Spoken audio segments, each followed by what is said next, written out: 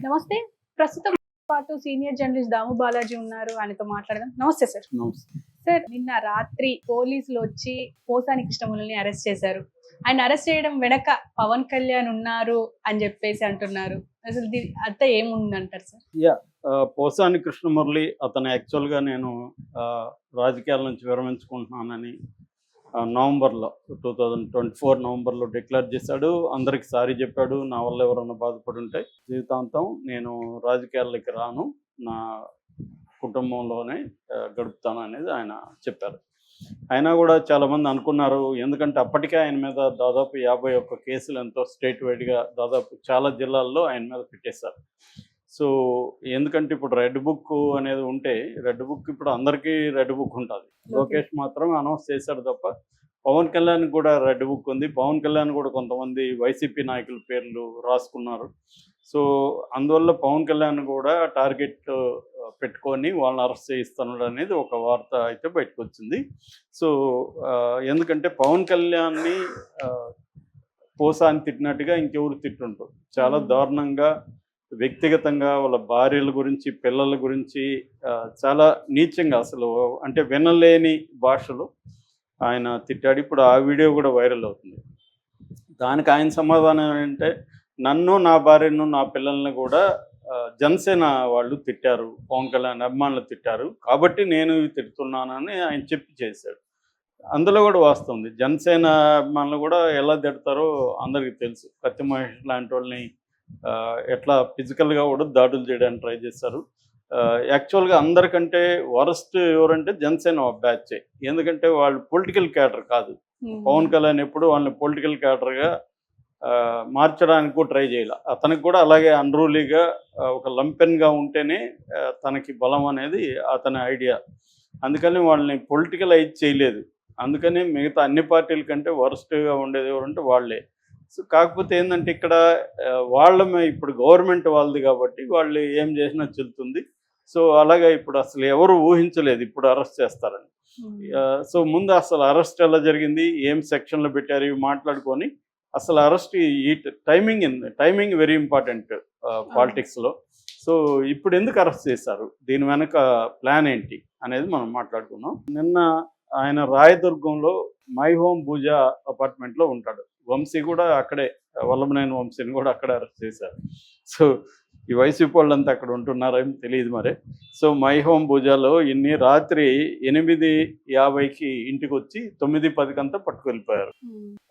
ఈయన వచ్చినప్పుడు వీళ్ళు ఏం చెప్పారంటే, ఇట్లా మీ మీద కేసు ఉంది, మేము అరెస్ట్ చేసి తీసుకెళ్తామని చెప్పారు. అన్నమయ్య జిల్లా ఓబులవారిపాలెం పోలీస్ స్టేషన్ అని చెప్పారు. సో ఇక్కడ కూడా కన్ఫ్యూజన్ ఉంది.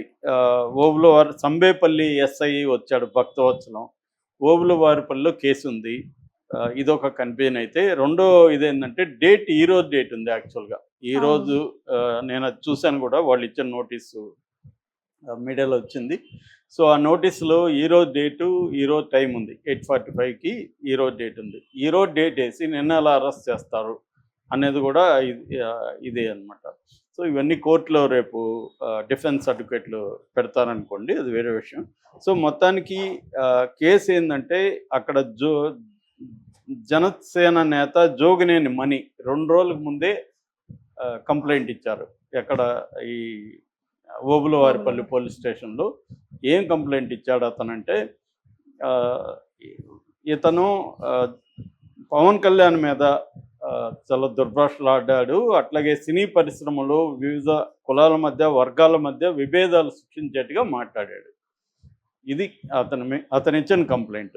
దాన్ని బేస్ చేసుకొని వీళ్ళు ఏం కేసులు పెట్టారంటే, సెక్షన్లు పెట్టారంటే, బిఎన్ఎస్ కింద 196కి పెట్టారు. 196 అనే సెక్షన్ ఏం చెప్తుందంటే, హేట్రెడ్ని సమాజంలో వివిధ వర్గాల మధ్య, కులాల మధ్య, మతాల మధ్య హేట్రెడ్ని పెంచే విధంగా ప్రవర్తించినా, పోస్టులు పెట్టినా, మాట్లాడినా ఈ సెక్షన్ వర్తిస్తుంది. సో ఈయన అలా చేశాడు అనేది నెంబర్ 1. నెంబర్ 2, 353(2). 353లో మళ్ళీ సబ్సెక్షన్లు ఉంటాయి కదా, అలాగా సబ్సెక్షన్ 2 పెట్టారు. ఇది కూడా బెయిలబులే. ఫస్ట్ది కూడా bailable and non Cognizant. Non Cognizant తేడా ఏంటంటే, కాగ్నిజెంట్ అంటే కోర్టు పర్మిషన్ లేకుండా ఎవరినైనా అరెస్ట్ చేయొచ్చు, వారెంట్ అవసరం లేదు. కాగ్నిజెంట్ సెక్షన్ అయితే సో ఇది నాన్ కాగ్నిజెంట్, అంటే కోర్టు పర్మిషన్ ఉండాలి ఈ సెక్షన్లకి, ఈ 2 సెక్షన్లకి 196, 353 సబ్సెక్షన్ 2. మామూలుగా సబ్సెక్షన్ 1 అయితే నాన్ బెయిలబుల్, కానీ వీళ్ళు 2 పెట్టారు. ఈ సెక్షన్ ఏం చెప్తుందంటే ఫాల్స్ మిస్లీడింగ్ ఇన్ఫర్మేషన్ ఇచ్చి పబ్లిక్ని ఫాల్స్గా అలారం చేయడం. అంటే ఫర్ ఎగ్జాంపుల్ ఎయిర్పోర్ట్లో బాంబు ఉందని చెప్పి ఎవరైనా చెప్తే ఈ సెక్షన్ వర్తిస్తుంది. ఫాల్స్గా అలారం ఇవ్వడం పబ్లిక్ని, ఇది ఈ సెక్షన్. ఈయన ఏమి ఇచ్చడం మరి తెలియదు. ఇంకోటి అయితే ఇంకా ఘోరమైన సెక్షన్ పెట్టారు. అసలు సెక్షన్ ఈ సెక్షనే ఇంపార్టెంట్. అదేంటంటే 111 రెడ్ విత్ 3 సబ్సెక్షన్ 5. ఇదేంటంటే ఆర్గనైజ్డ్ క్రైమ్ చేసే వాళ్ళకి ఇది వర్తిస్తుంది. మరి ఈయన ఏ ఆర్గనైజ్డ్ క్రైమ్ సిండికేట్లో మెంబర్ అయితే ఈ సెక్షన్ వర్తిస్తుంది. లేదు ఆర్గనైజ్డ్ క్రైమ్ సిండికేట్లో మెంబర్కి ఈయన దాని ఏమంటారు దాచిపెట్టుండి concealing someone involved in the organised crime gangs, అట్లా ఎవరినన్నా దాచిపెట్టున్నా ఈ సెక్షన్ కిందకు వస్తారు. అట్లాగే ఆర్గనైజ్డ్ క్రైమ్ ద్వారా డబ్బులు ఏమన్నా సంపాదించి ఆ డబ్బులు ఈయనకి వచ్చుంటే కూడా ఈ సెక్షన్ వర్తిస్తుంది. ఈ సెక్షన్ ప్రధానం అనమాట. ఎందుకంటే ఇది నాన్ బెయిలబుల్, కాగ్నిజబుల్ అంటే ఇందాక చెప్పినట్టుగా కోర్టు వారెంట్ అవసరం లేదు. సో ఈ సెక్షన్ ఈయన మీద పెట్టారనమాట. ఇది పెట్టడంలో ఉద్దేశం ఏమంటే నోటీస్ లేకుండా అరెస్ట్ చేసేయచ్చు వెళ్ళి, నాన్ బెయిలబుల్ అండ్ కాగ్నిజబుల్ కాబట్టి దీనికి మినిమం 3 ఏళ్ళు, మ్యాక్సిమం లైఫ్ వరకు కూడా పడుతుంది, యావజ్జీవ శిక్ష, మినిమం 3 ఏళ్ళు. ఇది కానీ ప్రూవ్ అయితే ఇది పెట్టారు. నిజానికి ఇది ఏ రకంగానూ ఈయనకి వర్తించదు. పై 2 అంటే వర్తించవచ్చు, పై 2ల్లో కూడా ఫాల్స్ అలారం వర్తించదు. ఫస్ట్ 196 మాత్రమే వర్తిస్తుంది. ఈయన విభేదాలు రేకెత్తేజంగా మాట్లాడుతాం, అది మనందరి మీద పెట్టేయచ్చు ఈ సెక్షన్. ఎందుకంటే అది విభేదాలు వచ్చాయా, ఏమొచ్చాయి, ఇవన్నీ ఏమి లేవు కదా. మన మాటలు విభేదాలు కలిగించే విధంగా ఉన్నాయి. ఇప్పుడు మనం ఒక సెక్షన్ని విమర్శిస్తాం ఒక కాంటెక్స్లో, వాళ్ళు వచ్చి విభేదాలు పెట్టే విధంగా ఇతను మాట్లాడుతున్నాడు అని అందరు జర్నలిస్టుల మీద, ఫేస్బుక్లో ఉండి పోస్టుల మీద, అందరి మీద ఈ సెక్షన్లు పెట్టచ్చు వాళ్ళు అనుకుంటే. సో ఇదే బేసిక్గా ఆయన మీద పెట్టింది. అంటే ఆయన్ని వీళ్ళు అరెస్ట్ చేయాలని డిసైడ్ అయ్యారు 2 రోజుల ముందు. నిజానికి ఈయన మీద 50 కేసులు ఉన్నాయన్నాను కదా, ఆ కేసులో దేంట్లో అరెస్ట్ చేయలే. అది కూడా ఇప్పుడు ఒక ప్యాటర్న్కి తెరలేపింది తెలుగుదేశం కూటమి ప్రభుత్వం. ఏంటంటే నేను మిమ్మల్ని తిట్టాననుకో మీరు కేసు పెట్టరు, అతను పెడతాడు కేసు. అతనికి ఏం సంబంధమో తెలియదు. అలాగా ఎవరో సంబంధం లేని వాళ్ళు కేసులు పెడతారనమాట. రామ్ గోపాల్ మీద కూడా ఇలాంటివే ఉన్నాయి. ఆయన తిట్టింది కానీ అబ్యూజ్ చేసింది కానీ ఎవరిని, చంద్రబాబు, పవన్ కళ్యాణ్ అండ్ లోకేష్ కదా, వాళ్ళు పెట్టరు. ఎవరో పుల్లయ్య, ఎల్లయ్య, ఇంకొక ఎక్స్ అక్కడ నేను హర్ట్ అయ్యానని పెడతాడు. సో అసలు ఏం సంబంధమో తెలియదు. ఆర్జీవి అదే అడిగాడు, అతనికి ఏం సంబంధం, అసలు ఎవరు అతను. కోర్టులు కూడా ఎలాగుంటాయి, కోర్టులు అందుకనే ఆ మధ్య ఏదో కళ్ళకి గంతలు ఇప్పారు సుప్రీంకోర్టులు అని చెప్పారు. అది కళ్ళకి సుప్రీంకోర్టులు కాదు, ప్రతి జడ్జి కళ్ళకి గంతలు ఇప్పుకోవాలి. ఎందుకంటే ఇప్పుడు ఈ లాస్ట్ సెక్షన్ ఇతనికి వర్తిస్తుందా లేదో చూడకుండా అసలు అరెస్ట్ చెల్లదని చెప్పాలి నిజానికైతే. ఎందుకంటే ఈ సెక్షన్ ఇతను ఆర్గనైజ్డ్ క్రైమ్లో ఉన్నట్టు మీ దగ్గర ప్రైమ్ ఆఫ్ ఫేస్ ఎవిడెన్స్ ఏముంది అని అడగాలి జడ్జి. కానీ మన జడ్జిలు, మేజిస్ట్రేట్లు కింద కోర్టులో అసలు అడగరు. పోలీసులు తెచ్చిపెట్టగానే కళ్ళు మూసుకొని రిమాండ్ ఇచ్చేస్తారు 14 days. అది జనరల్గా జరిగేది. అందుకని పోలీసులు కూడా ఏం చేస్తారంటే ఈ నాన్ బెయిలబుల్, కాగ్నిజబుల్ సెక్షన్లని పెడతారు. ఎవరినైనా మనం అరెస్ట్ చేసి తెచ్చేద్దాం అనుకుంటే ఇతని మీద కూడా అలాగే చేస్తారు. పైగా ఇతను నాకు 66 ఏళ్ళు, నిన్ననే హాస్పిటల్కి వెళ్ళొచ్చాను, రేపు ఎంఆర్ఐకి కూడా ఆల్రెడీ మేము అపాయింట్మెంట్ తీసుకున్నాము, మాకు నోటీసులు ఇచ్చాలండి, నేను రేపు వస్తానంటే కూడా వాళ్ళు టైం ఇవ్వలేదు. జస్ట్ 20 minutesలో అతను, నేను అన్నం తిని ట్యాబ్లెట్లు వేసుకోవాలి, ఎందుకంటే ఏ ట్యాబ్లెట్ ఎప్పుడు వేసుకోవాలో కూడా నాకు తెలియదు, నా భార్య ఇస్తే నేను వేసుకుంటుంటాను. చాలామంది ఇళ్ళల్లో అలాగే ఎవరో ఇస్తే వేసుకుంటుంటారు.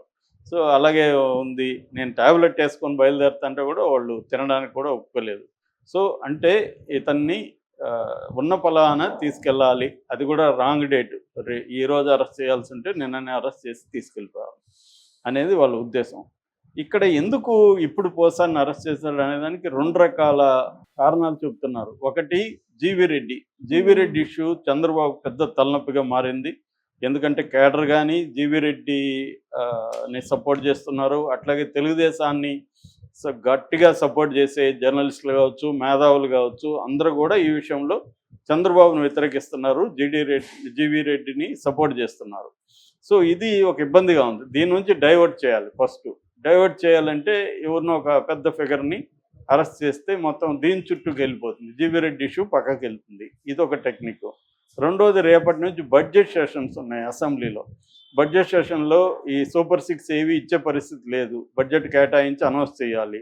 అవి చేసే పరిస్థితి లేదు. సో ఈ బడ్జెట్ని డైవర్ట్ చేయాలంటే దానికి ముందు ఇట్లాంటివి చేయాలి. ఇది ఈ ప్రభుత్వం వచ్చినప్పటి నుంచి ఎవ్రీ మంత్ మనం గమనిస్తే ఒక డైవర్షన్ మనకు కనబడుతూ ఉంటుంది. లడ్డు కావచ్చు, కాకినాడ ఇది కావచ్చు, ఏదో ఒకటి వరదలప్పుడు గొడవలు కావచ్చు, రకరకాలుగా డైవర్షన్ అనేది జగన్ ప్రభుత్వంలోనూ చాలా డైవర్షన్ పాలిటిక్స్ ఉన్నాయి. సో ఇప్పుడు పొలిటికల్ పార్టీలు చేసే ఒక మెథడ్లు ఏంటంటే డైవర్ట్ చేయడం, పబ్లిక్ అటెన్షన్ని తమ సమస్యల నుంచి డైవర్ట్ చేయాలంటే ఇంకేదో ఒక ఇష్యూని క్రియేట్ చేయడం. అందులో భాగంగా ఇతను అరెస్ట్ చేసినట్టుగా అర్థమవుతుంది. ఇది పోసాని దారుణంగా మాట్లాడడం వాస్తవమే, కానీ దానికి వీళ్ళు ఎంచుకున్న పద్ధతి ఇదంతా కూడా అన్కాన్స్టిట్యూషనల్గా ఉంది. అసలు నేను ఇందాక చెప్పిన సెక్షన్ వర్తించదు. మామూలుగా అయితే దానికి లీగల్ నోటీసులు ఇవ్వాలి. ఇంతకంటే పోసానిలాగా మాట్లాడేవాళ్ళు తెలుగుదేశంలో ఉన్నారు, జనసేనలో ఇంకా ఎక్కువ ఉన్నారు, వైసీపీలో కూడా ఉన్నారు. సో అన్ని పార్టీల్లో ఉన్నారు. ఈ సెక్షన్లో పెట్టాలంటే రీసెంట్గా పవన్ కళ్యాణ్ మీద పెట్టాలి 196, 353. ఎందుకంటే క్రిస్టియన్స్ హాస్పిటల్లోకి వెళ్ళి వైద్యం అందని వాళ్ళంతా వాళ్ళు హెల్ప్ చేసి వాళ్ళ దీంట్లోకి చేర్చుకుంటున్నారు అన్నాడు. ఆయన దగ్గర ఏ ఆధారాలు లేవు. అంతకుముందు 33,000 మంది మహిళల్ని దీనికి చేర్చారన్నాడు. ఆయన కదా రాంగ్ సమాచారం ఇచ్చి ప్రజల్లో గందరగోళం క్రియేట్ చేసి 5 సెక్షన్లు 2 సెక్షన్లు ఆయనకు వర్తిస్తాయి. మరి ఆయన మీద కూడా పెట్టాలి. ఇలాగా అందరూ ప్రతి పొలిటికల్ పార్టీలో ఈ సెక్షన్లకి సూట్ అయ్యే వాళ్ళు అందరూ ఉంటారు. సో వీళ్ళు ఇప్పుడు అధికారంలో ఉన్నారు కాబట్టి మనం ప్రతీకారం తీర్చుకుందాం అనేది డిసైడ్ అయ్యారు. అది ముందే చెప్పారు కూడా. రెడ్ బుక్ పాలన ఉంటుందని ముందే చెప్పారు. రెడ్ బుక్ పాలన అనేది స్టార్ట్ అయింది. దీన్ని ప్రజలు చెప్పడం అంటే ప్రజలు రేపొద్దున ప్రజలకి ఏంటంటే మనకేమి ఇచ్చారా లేదా అనేది చూస్తారు. అవతలోడి మీద ఏం జరిగింది అనేది వీళ్ళు పెద్దగా పట్టించుకోరు.